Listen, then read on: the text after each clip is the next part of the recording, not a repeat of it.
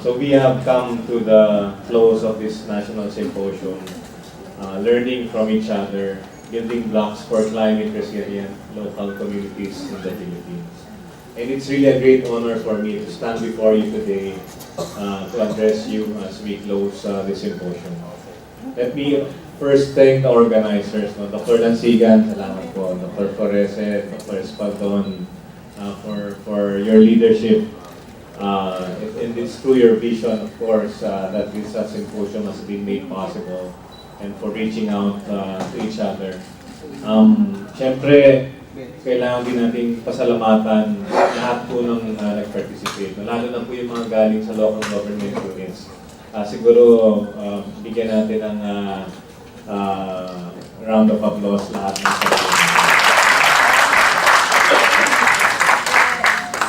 alam po natin yung leadership ng local government units, yung inyong pong leadership, yung will allow us to continue to build that path towards a truly resilient Philippines.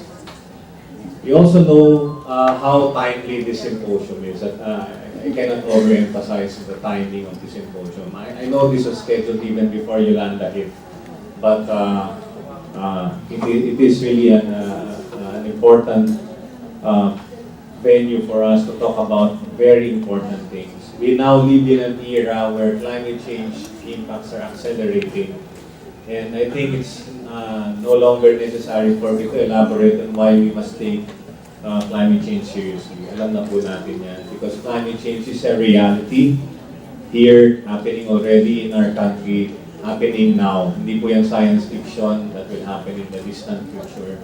It's a reality. And it's indeed a huge challenge, especially in the context of pursuing long-term human and social development.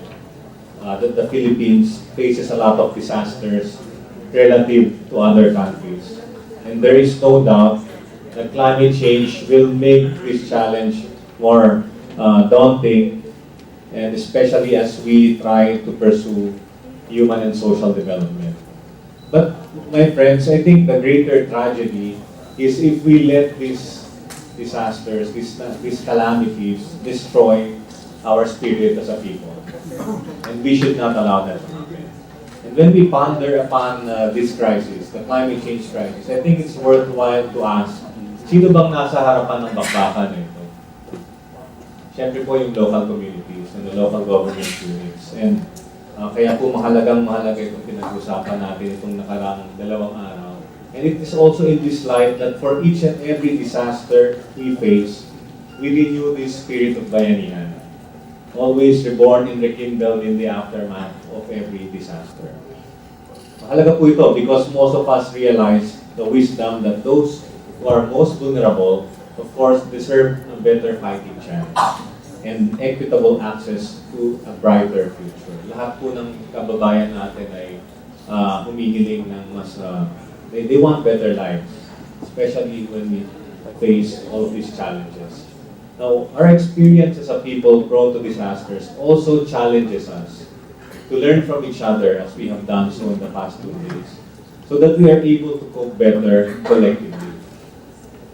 Hence, this symposium is an excellent venue for sharing the many lessons that we have learned over the years in facing climate change. And indeed, the lessons that many in the forefront, especially LGUs, will continue to distill in this process will, of course, be very relevant not only to the communities who have shared their stories in this symposium, but for all of the communities in our 7,100 islands.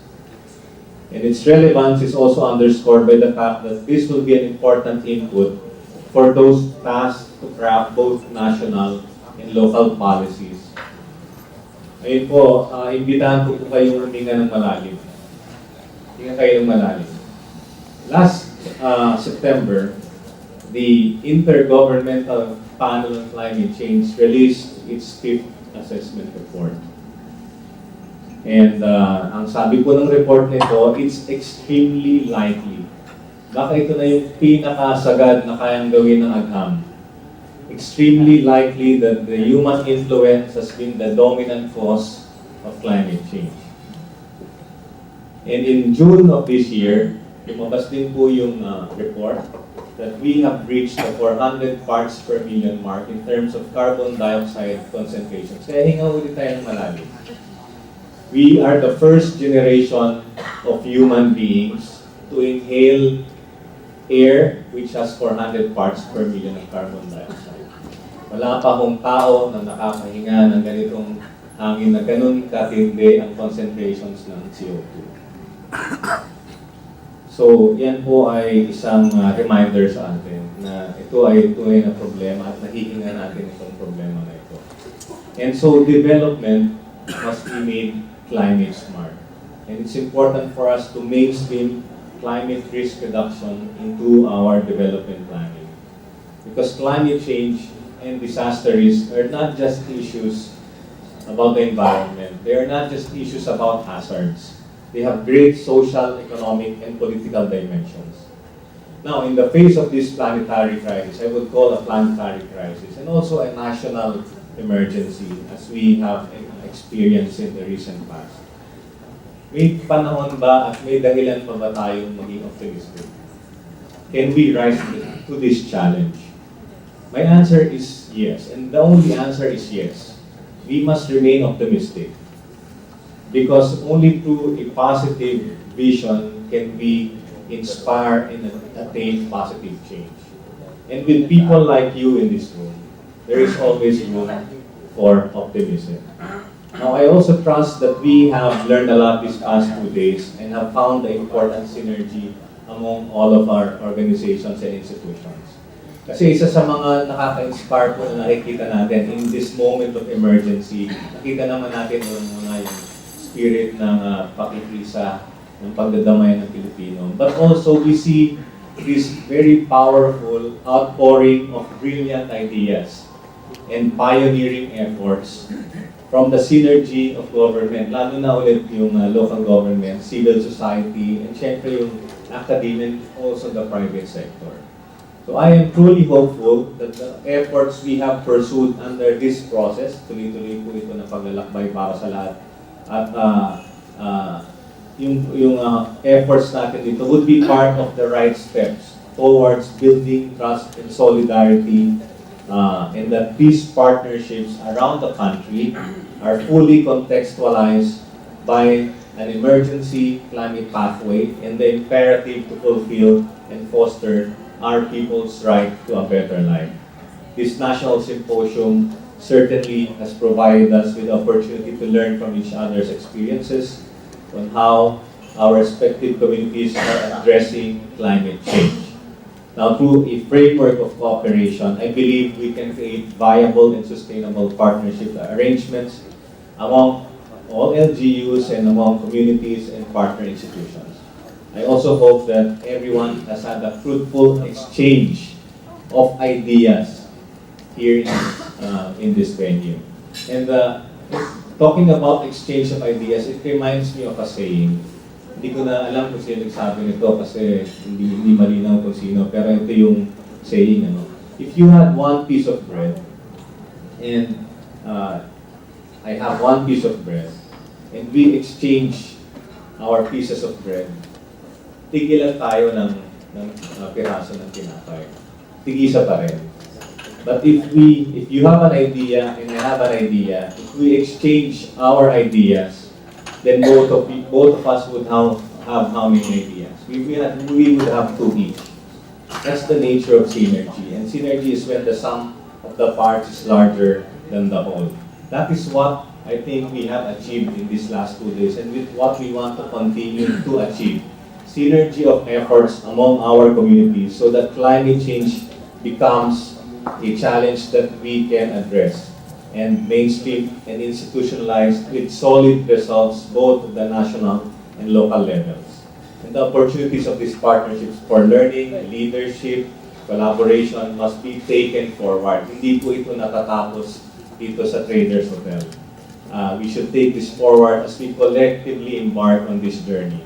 And we can share these best practices, tools, approaches, continue to cooperate and coordinate effectively. This will allow us to take climate action that is closely intertwined with our development aspirations. Now I end with a story, a well-known story about Jose Rizal's childhood. I used this story also yesterday when I opened the business summit at the Climate Change Consciousness Week. Maalala natin na si Dr. Jose Rizal, together with his elder brother Saño, sumakay sila ng isang bangka. Yung kwento ay nahulog daw yung tsinelas ni Dr. Jose Rizal sa ilog. So nung hulog yung isa, hindi na niya makuha, medyo malayo na, lumulutang yung tsinelas. Ang ginawa niya, tinanggal niya yung isa pa niyang tsinelas, sinagis niya papunta ron sa isa pang tsinelas na nahulog na sa ilog. Tinanong ni Pasay, bakit mo tinapon? Ang sagot niya, kasi kung pag-isa lang yung tsinelas ko, hindi ko naman magagamit. Kung nag-iisa lang yung tsinelas na nahulog, hindi magagamit kung makakapulot. So, binigay ko na lang yung isa pa para kung sino man makapulot, ay magamit pa niya yung tsinelas. So, for the young Jose Rizal, the best thing to do is provide anyone who finds the pair of slippers the chance to use it. So this story speaks a lot about our national hero's maturity at a young age. But more than that, it speaks a lot about his profound sense of humanity. It is our hope also that this spirit will continue to live among us and that this sense of love for humanity would help us in this quest for transforming society and building climate-resilient communities. So ladies and gentlemen, friends, on behalf of the Climate Change Commission, I sincerely thank and congratulate all of you for your active engagement in this process, in this particular symposium. And I hope you have all found your participation here meaningful and fruitful, and more important than that, inspiring. Again, congratulations po sa ating organizing committee, sa lahat ng ating partners, who made this possible. And I thank all of you sincerely for joining us and walking with us in this journey. Mahaba pa po yung paglalakbay. Magkakasama po tayo sa laban na ito. Maraming salamat po at mabuhay po ang lahing Pilipino.